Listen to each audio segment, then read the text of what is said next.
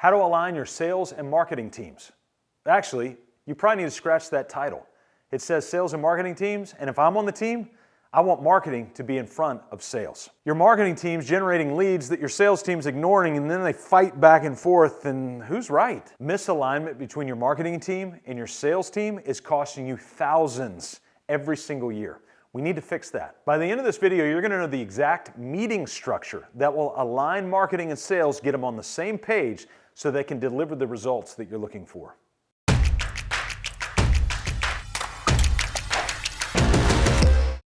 One of my sons is a runner, and I think he's crazy because he just runs and runs and runs, and there were weeks that he would run 60, 70 miles in 1 week. And I'm like, why don't you just drive?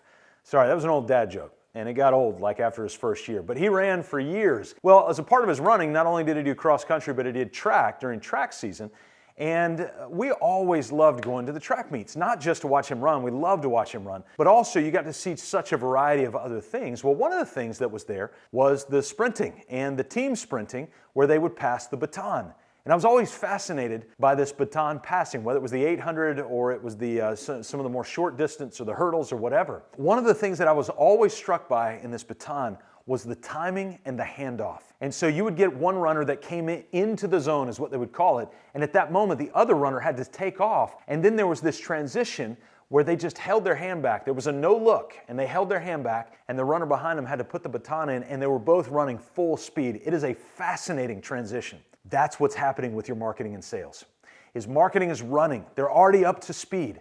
They've got prospects in the pipeline ready to go, and they're running, and they're wanting to hand that baton off, but too many times our salespeople either aren't up to full speed, they don't have their hand out, or we just drop the baton. So let's put some things in place that are going to align our marketing and sales so that when that baton gets passed off, we ensure not only is it passed off, but it can actually create momentum for sales to be able to run after marketing starts the race. Now with this, it's always important to understand where marketing and sales fit. Marketing comes first. I know, all the marketers cheer, they get excited. Sales comes second, and all the salespeople start fighting and all that. So now let's just think about this. I've got a video in the description link below that will help you to understand the difference between not only marketing and sales, but also ops and admin. So make sure you click on that video there because it's going to walk you through the 4 core systems of every business. You need to understand that in order to fully understand marketing and sales. So click on that link below. One of the easiest things that you can do to deploy a tool that align marketing with sales is a 1-hour agenda-driven, leader-led meeting. Super simple. Here's what I want you to do. Get out a sheet of paper, and I want you to write on that sheet of paper a simple agenda for your marketing and sales meeting. Item number 1, celebrate big wins. What are some big wins that have happened in your marketing and sales time in the last week or 2 weeks? Number 2, I want you to talk about goals for this year. What are they? What are the prospect lead generation goals? And what are the sales conversion goals? That's all you need. Just start with those 2. Then, number 3, head to a marketing update. Get whoever is in charge of your marketing. Some of you are like, Scott, well, that's me. I do both marketing and sales. Great. It's your marketing time. So you've got to give an update on marketing. To who? Yourself. That's all right, but at least you're aware. We call it the most schizophrenic meeting in business, okay? And so start with marketing. Then from there, you're going to give a sales update. That's both sales activity and sales results. Marketing update is marketing activity and marketing results.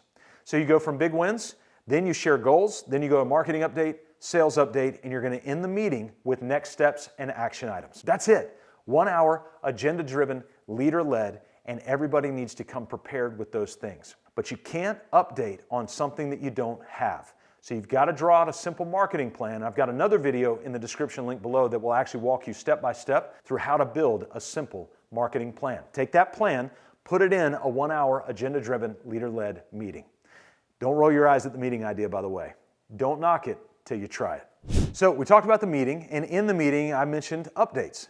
It would make sense then that in order to align marketing and sales that we also need a scorecard for each. And so a simple thing, I want you to think in terms of spreadsheet. That's all. Don't think about CRMs and fancy software. You can use that if you want to and you're really good at it. Otherwise, just use a simple spreadsheet.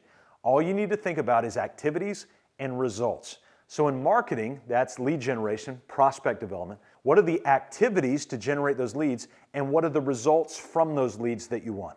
Then go to sales. What are the activities, things like messaging, sales scripts, and then what are the results that you want? converted clients. So take your marketing, take your sales, look at the revenue goals that you have for the year, and then come back and put numbers to those, and those become your scorecards. We then take the scorecard, put it in your weekly meeting, and when it's time for marketing to give their update, they update off the scorecard. When it's time for sales to give their update, they update from the scorecard. Another way that we're going to align marketing and sales meeting is each needs to have their own responsibility.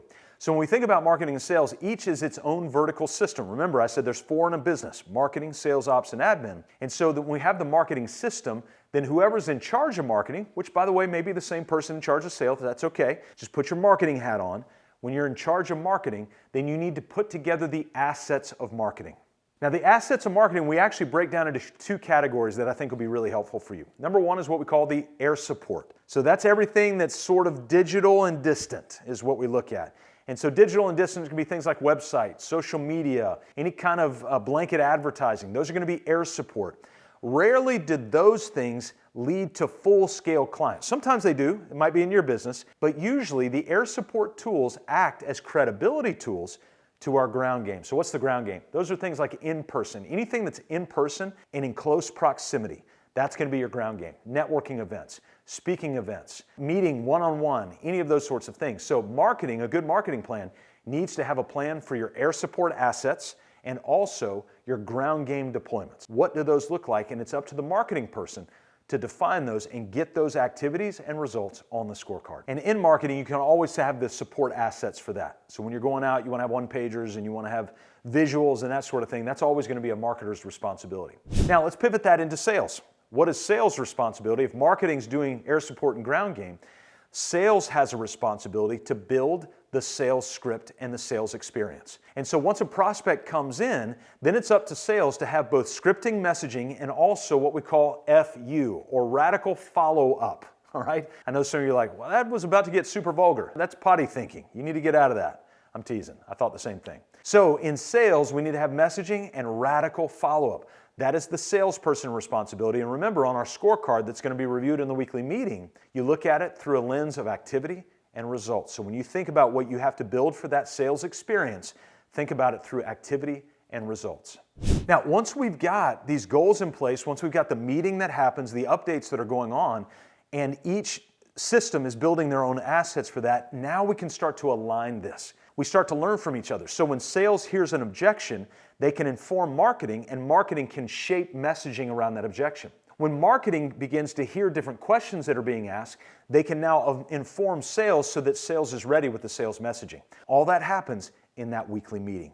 We need to be aware, and if you lose the weekly meeting, you're going to lose the alignment between the 2 primary systems of marketing and sales, and I would make the argument that marketing and sales are the lifeblood of the business.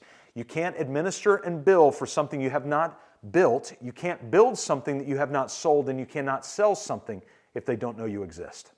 I want to give you a warning. Once you start to meet and you start to see marketing and sales as separate, you're going to have a sense that you can silo some of these things. You don't want to do that. It creates divisiveness. And we don't want to divide something that is naturally meant to be together and yet separate at the same time. So I want to be very clear. Marketing is its own system. Sales is its own system, but they're connected through a seamless handoff process, and there's a constant back and forth. Now, I could also say this. Sales and operations are also connected, and they need to have a handoff process. Operations and administration are connected. They need to have a handoff process. And so these handoffs are really, really important in order to align. Where does the handoff happen? The weekly meeting. That's where you can start to have this communication that's not going to allow for silos, but instead will allow for continuity as long as everybody's pointed in the same direction. So that goes to creating a vision and a marketing plan and a sales plan for what you're doing. Now, I know you're thinking this whole time, either this is just me or I've got to get other people to be able to do this. So how do you find the right people to really own the marketing and the sales verticals of your business? I've got another video that we're going to put in the link below. And in that video, I walk you step by step on how to train new hires. And so if you go to that video, it's going to be incredibly valuable for you so you can find the right people to begin to own marketing, to own sales. Why? So you don't have to live in the chaos of business, and we can liberate you from that chaos so that you can make time for the things that matter most.